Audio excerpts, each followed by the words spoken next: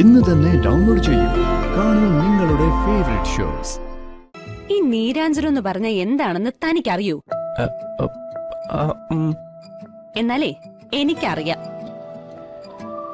7.5 ശനി, കണ്ടകശനി, അഷ്ടമശനി, ജന്മശനി, അങ്ങനെയുള്ള ശനിദോഷങ്ങൾ മാറുന്നതിന് ചെയ്യുന്ന പൂജയാ അത്. നാളികേരമില്ലേ? ഓ, അങ്ങനെ പറഞ്ഞാ അറിയില്ലല്ലോ. ഈ തേങ്ങയില്ലേ, തേങ്ങ, അതിനെ 2ആയിട്ട് ഉടച്ച് അതിൽ എള്ളുകിഴി വെച്ച് നല്ലെണ്ണ നിറച്ച് ശാസ്താവിന് ആരതി ഒഴിഞ്ഞ് 2 നാഴിക നേരം ആ ദീപം കത്തിച്ച് വെക്കുന്നതാ ഈ നീരാഞ്ജന പൂജ. മനസ്സിലായോ? ആഹാ, മോൾക്ക് എല്ലാം അറിയാമല്ലോ. അപ്പൊ പിന്നെ അമ്പലത്തിൽ പോണ്ട അല്ലേ അമ്മേ? എന്തിന്? ചിന്നുമോളും ഞാനും ചന്ദ്രലേഖയും കൂടിയൊക്കെ ചെയ്തോളാം. സാർ ധൈര്യമായിട്ടിരിക്കെ. ഈ നീരാഞ്ജന പൂജയൊക്കെ ഞാൻ ചെയ്യാം.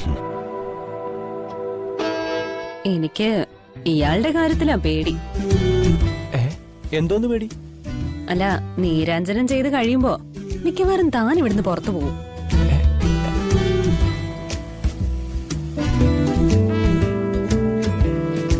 താനല്ലേ ഇവിടുത്തെ കണ്ടകശനി.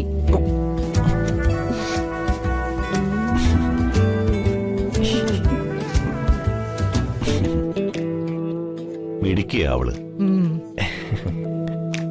വേലക്കാരിയാണെങ്കിലും നീ എൻ മോഹവല്ലി.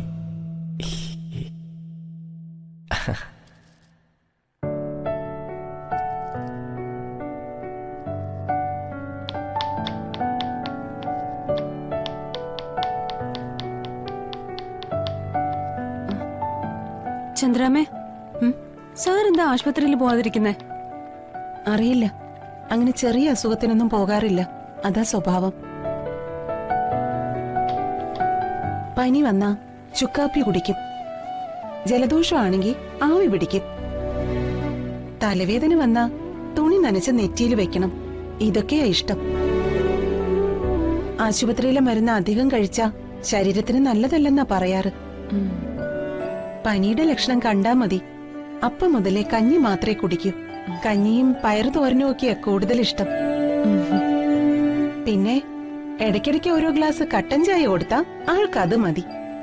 ചന്ദ്രാമ്മയ്ക്ക് സാറിന്റെ എല്ലാ ഇഷ്ടങ്ങളും അറിയാല്ലേ? ഞാൻ വെറുതെ ഒരു കാര്യം ചോദിച്ചപ്പോ ചന്ദ്രാമ്മ ഇപ്പൊ എത്ര കാര്യങ്ങൾ ഇങ്ങോട്ട് പറഞ്ഞ്. അത് ഞാൻ കുറെ നാളായിട്ട് ഇവിടെ നിൽക്കല്ലേ, അങ്ങനെ പഠിച്ചതാ. ഇവിടെ ജോലിക്ക് നിൽക്കുന്ന ചന്ദ്രാമ്മയ്ക്ക് സാറിനെ കുറിച്ച് അറിയാവുന്ന കാര്യങ്ങൾ പോലും ഭാര്യ എന്നും പറഞ്ഞ് വേഷം കെട്ടി നടക്കുന്ന രമാ മേഡത്തിന് അറിയില്ല. സാർ എന്തു പാവാ, ഒരു സാധാരണ മനുഷ്യൻ. അതുപോലെ ഒരു സാധാരണ പെണ്ണിനെ കെട്ടിയാ മതിയായിരുന്നു സാറ്.